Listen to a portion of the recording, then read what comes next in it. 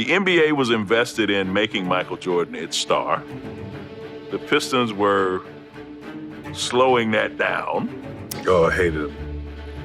And yeah, he carries even to this day. They made it personal. They physically beat the out of us. Ruthless, vicious, villains, bad boys. The Detroit Pistons' 2-year reign of terror symbolizes an entire era. An era of basketball where the strong devour the weak. Oh, Isiah just threw a punch. But their nasty reputation tends to make people forget how good these Pistons boys were. One of the most complete NBA championship teams of all time. A staggering defense that crippled even the greatest of all time. We did not have, as a unit, the confidence that we felt like we needed to beat Detroit. Just how badass were the 1988-1990 Detroit Pistons? Today, we're going to take a trip to Motor City and revisit the legacy of the most hated team in the history of the NBA.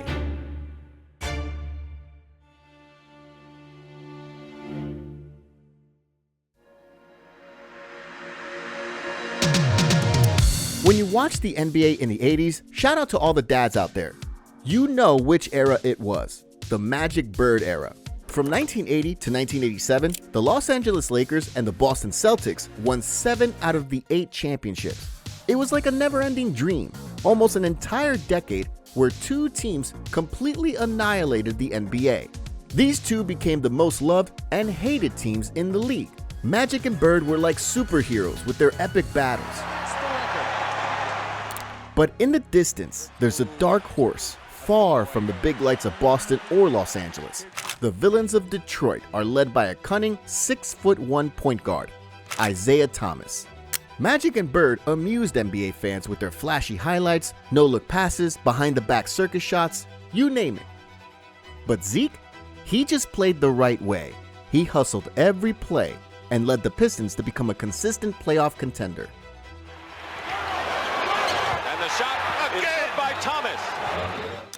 But 7 years ago, it seemed impossible. In 1980, the Pistons were literally the worst team in the NBA, losing 66 games and 60 in 1981. Despite having the largest stadium in the NBA, in the Silverdome Stadium, with a capacity of 82,000, the Pistons had the worst average attendance in the NBA with 5,000. But all that started to change in the 1981 NBA draft. The Pistons had the number 2 pick and were poised to pick Indiana standout Isiah Thomas. But Thomas did not want to play in the crime-stricken city of Detroit. He wanted to play in his hometown of Chicago. He purposefully botched his interviews with the Pistons. Then GM Jack McCloskey didn't buy Isiah's BS. He was still drafted second in the draft. McCloskey was asking me all these questions, and I was intentionally answering every one of them wrong. And finally, at the end, he looked at me and goes, I know what you're doing. He said, but I'm going to draft you at number 2 if you're there. And you're going to love it here. The most important move in Pistons history.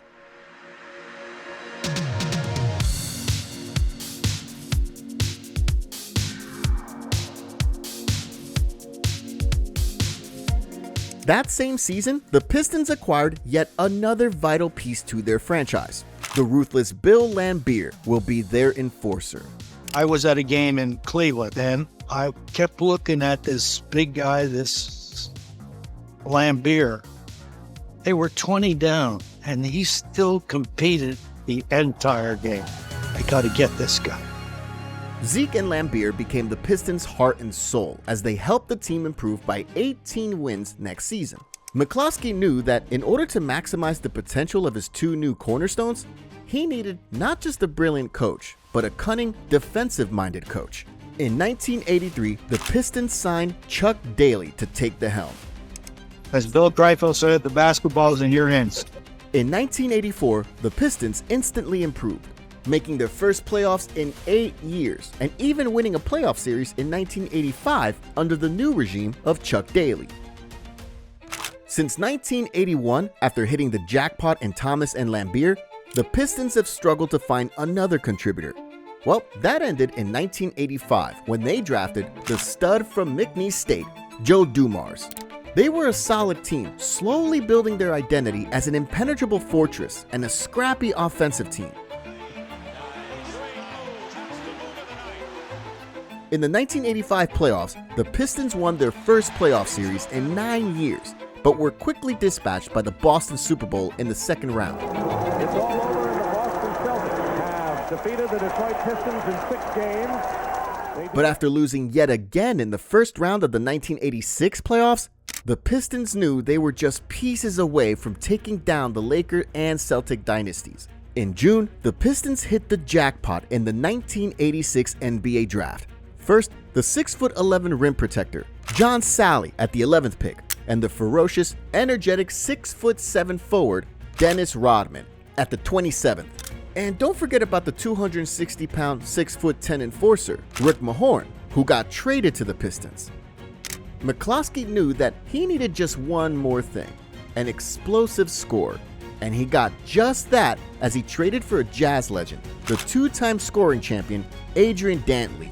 With this lineup holding up Detroit's core, they were ready.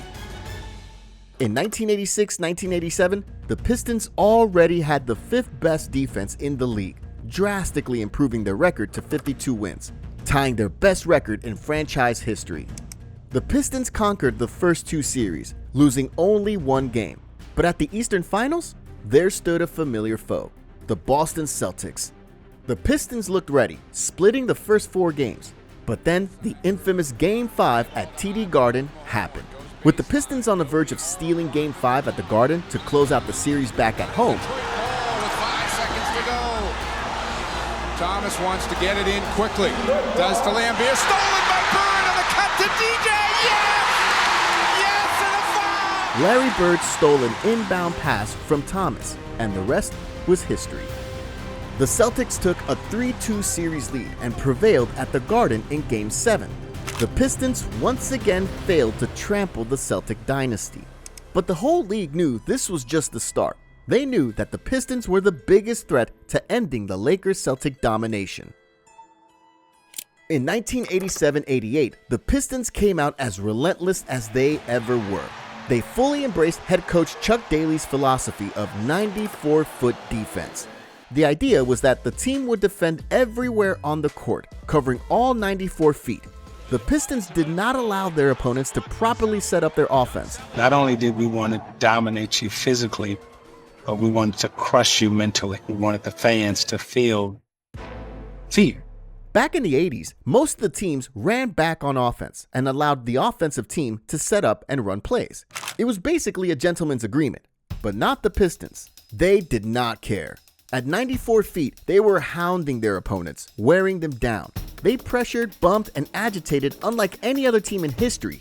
Hip checks, elbows to the stomach, forearms, trash talk, you name it. Every physical advantage they can have.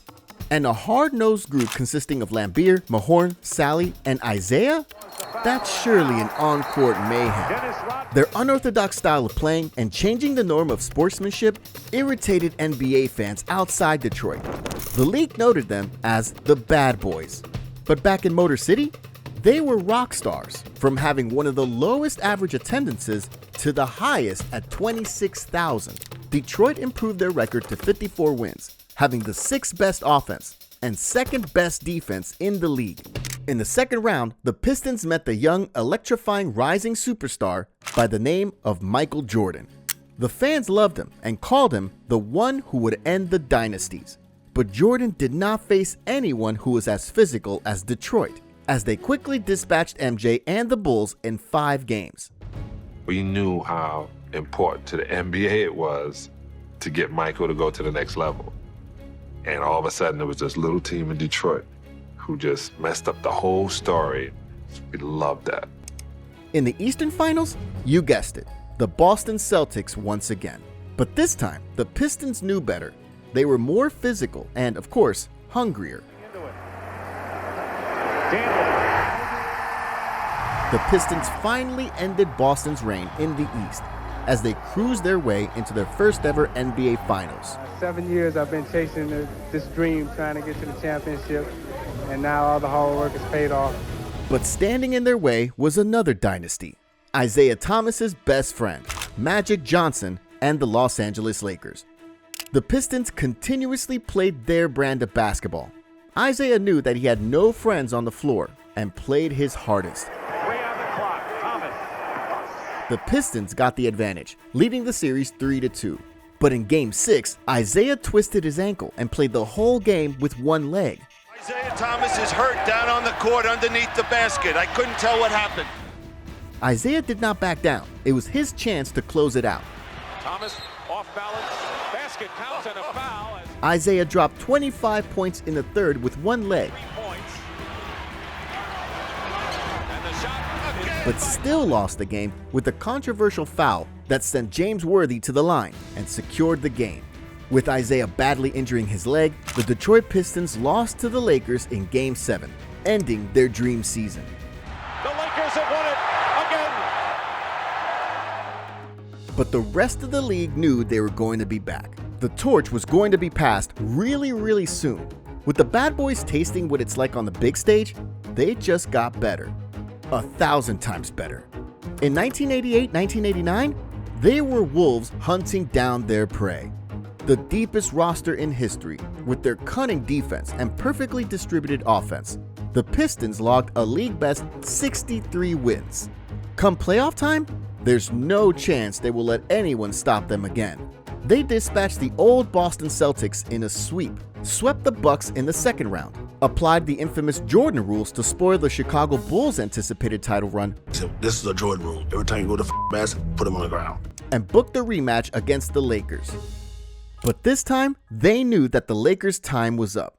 Vinnie Johnson, the microwave caught fire. Rodman and Laimbeer were wreaking havoc inside the paint, and Isiah was the perfect court general to command them all. Playing in Game 7, and he's so loosey-goosey out there. The Pistons put an end to a decade-long dynasty as they dominated the Lakers in a sweep to capture their first ever title in franchise history. They earned it and deserve it. They played well, outstanding. We just couldn't contain them. They've been playing great defense all along. The villains from Motor City were finally NBA champions. We beat them. Everybody calls us the bad boys. I call ourselves world champion. In the next season, the Pistons perfected the recipe of a well-rounded championship team. There was no one scoring over 20 points per game and chucking all the shots. Everyone got a chance to score. And on the defensive end, they were monsters. But they were counted out, and many thought that it was Jordan's time to dominate under new head coach Phil Jackson. The Pistons and the Bulls once again met in the 1990 Eastern Conference Finals. MJ and the Bulls put up a good fight against the Pistons, but that championship DNA was just too much, as the bad boys once again spoiled the party, taming the Bulls in 7 games. We were not ready for the Detroit Pistons at that point in time. They were more physical than us. They were the aggressors. In the finals, it was a different face. The superstar, Clyde Drexler, and the Portland Trailblazers. Going against the best in the West, the upstarts, the Portland Trailblazers. The Pistons were the heavy favorites for a reason. Clyde played just like Mike, and the Pistons knew exactly what to do. Contesting every Portland possession, the Pistons began to show signs of life. Dumars for the Pistons. Dumars with Salley. Salley drives, left side pass to Laimbeer. Lays it up and in! For the Pistons, it was a short series. The physicality was just too much for Portland. Here's Thomas. Tie score at 90-90. As the bad boys cemented their legacy and claimed their back-to-back championships, bringing glory once again to Motor City. And the game's over, and the Pistons have won the World Championship. Back to back. Isiah, congratulations. Thanks, Pat. In 1991, the tables were turned for the Pistons. They were now hunted by the younger and hungrier Chicago Bulls. But hey, they ended the Lakers-Celtic dynasty and halted MJ's charge to supremacy. You can even argue that the Pistons made MJ win those 6 championships. They made MJ better.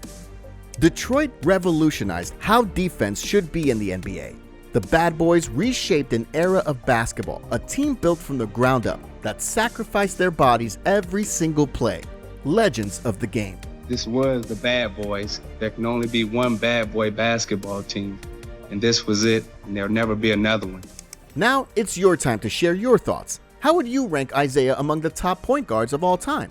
Can the bad boy Pistons dominate in this era of basketball? Share your comments down below. And as always, thank you for watching.